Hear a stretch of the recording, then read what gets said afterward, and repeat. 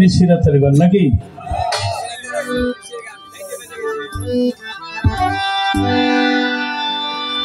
আমি নিশিতে জাগিয়া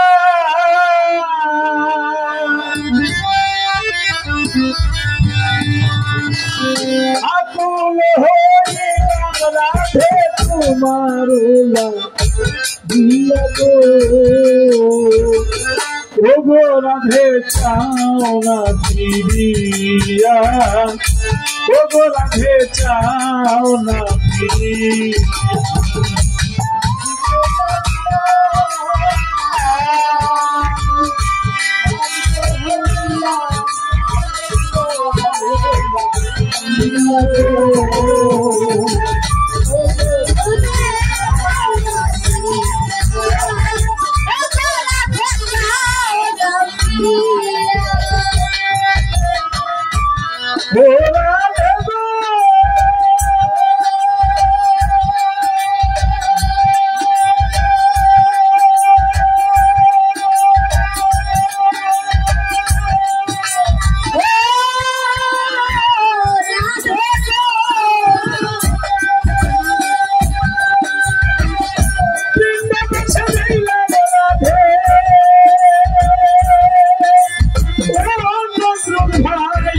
তোমার লাগিয়া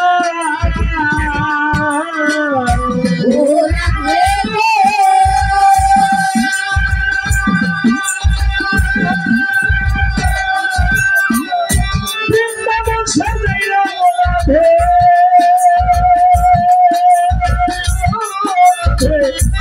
তোমার লাগিয়া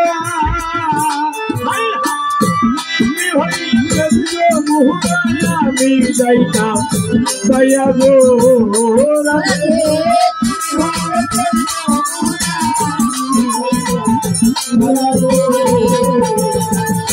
আমি হইলে আমি যাইতাম দয়া গো, ওগো রাধে চাও না ফিরিয়া।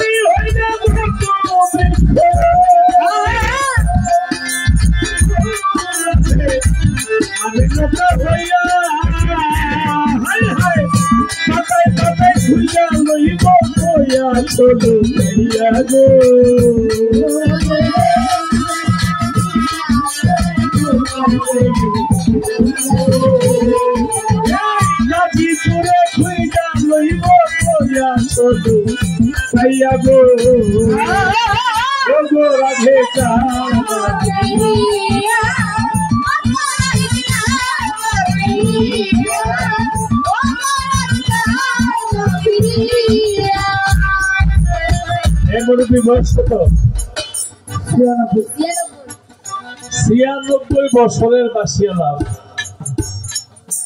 এই পৃথিবীতে আর কারোর লোকে নাই, ওয়ান পিস আমার লোক, বাংলাদেশের ওয়ান পিস এবং ঠিক আমি আজ থেকে প্রায় 40 বছর যাবত জানবেন আমি ওই সময় হারে এরকমই দিচ্ছি, এখনো ওরকমই আছে। শরীরে ধরে দেখেন সবগুলির চাইতে উনি শক্ত। একটা বাসের সুর আমাদের শোনা, অনেক অতিথি মেহমান আছে, তাদের মনটা জুড়ে দিবে। চোখে কিন্তু দেখে না, অন্ধ কিন্তু আসলে শিক্ষা করোনা শিক্ষা। ওনার কথা হইলে আমি মরার আগ পর্যন্ত কর্ম করে খাবো। আমি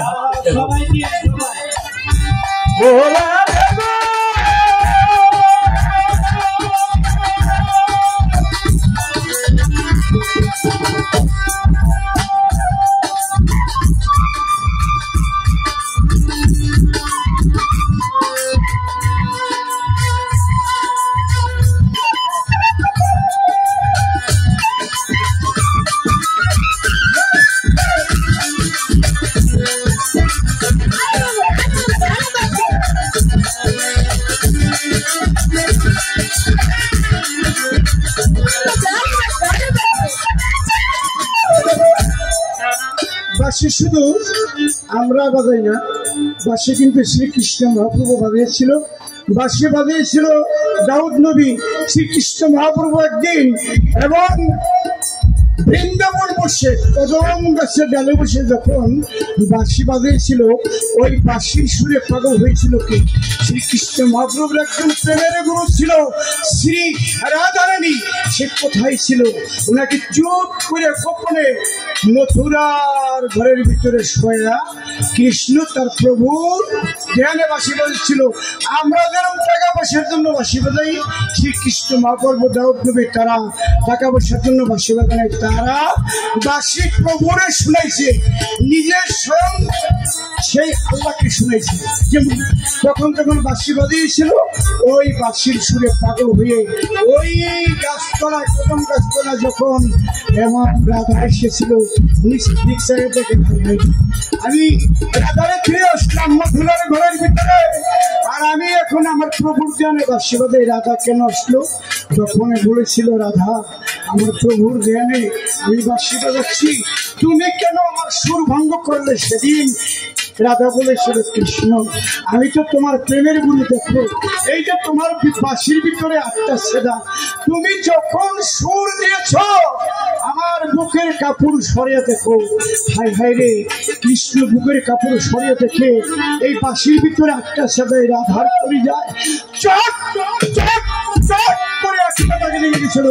ওই জায়গা থেকে আমি 1 মিনিট বাঁশি বাজিয়ে শোনাবো, আপনারা শুনুন।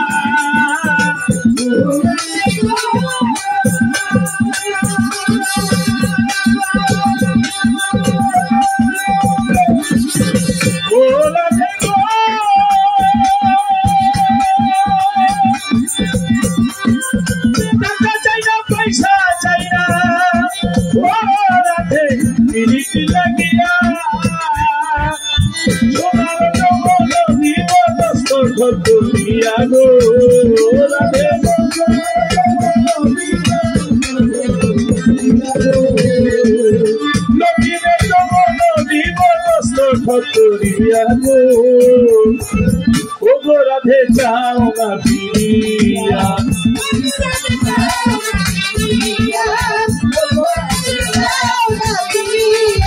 বেশিতে থাকিয়া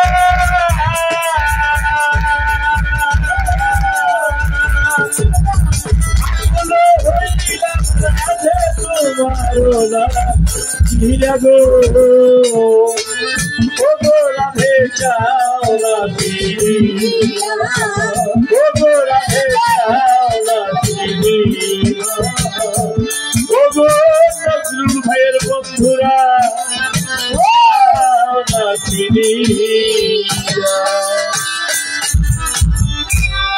আমার ঢুলি বাবাজিকে অনেক পুরস্কার করেছে। বাসিয়ালেরও 500 টাকার নোট আমার হাতে। দাদার নাম জানো কি? নাসির আহমেদ সাহেব। আমার এই মুরব্বী বাসিয়ালার এই মধুর সুরে তাকে 500 টাকা দিয়ে পুরস্কার করেছে। আল্লাহ